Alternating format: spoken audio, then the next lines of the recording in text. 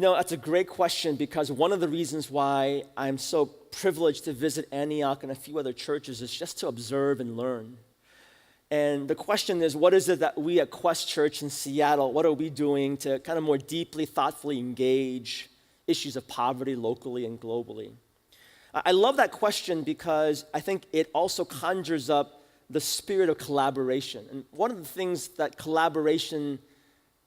the aspects of collaboration that we don't often speak about is just this teachable spirit where we're learning from what other people are doing. Because we're all part of the larger capital C church. We have a long way to go, but there's a few things that we do. One, I think, is just formation.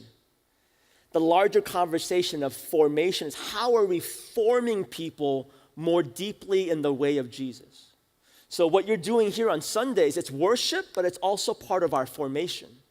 Like we want our kids to see worship because we think that when we see people engaging in praise and preaching and reading scripture, that somehow it's forming their character.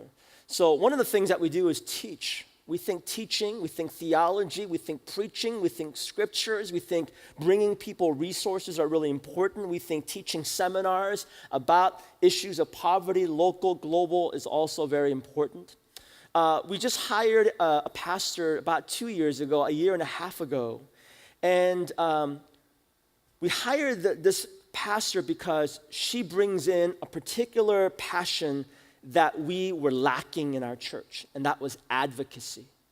So we do compassion really well. We have programs and ministries of engagement with the homeless community, but one of the things that we did not do very well is teach our church what it means to say that our voices, our voting, our choices, our spending power, it all has an impact in our city and beyond. And so she's been really teaching us the importance of advocating for people that don't have a particular voice. Like when you look at our system, locally or nationally, the truth is, it's not really represented by anyone that's poor. And there's a reason why billions and billions of dollars are spent on lobbying in this country.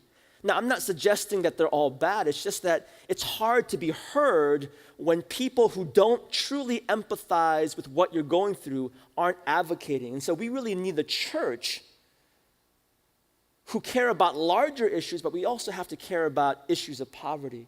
So that would be one. And then one last thing that I'll share is that we have a ministry called the Bridge Care Center, and it's a homeless justice advocacy drop-in center that's located right now about 2 miles away from our church in the heart of a neighborhood called Ballard.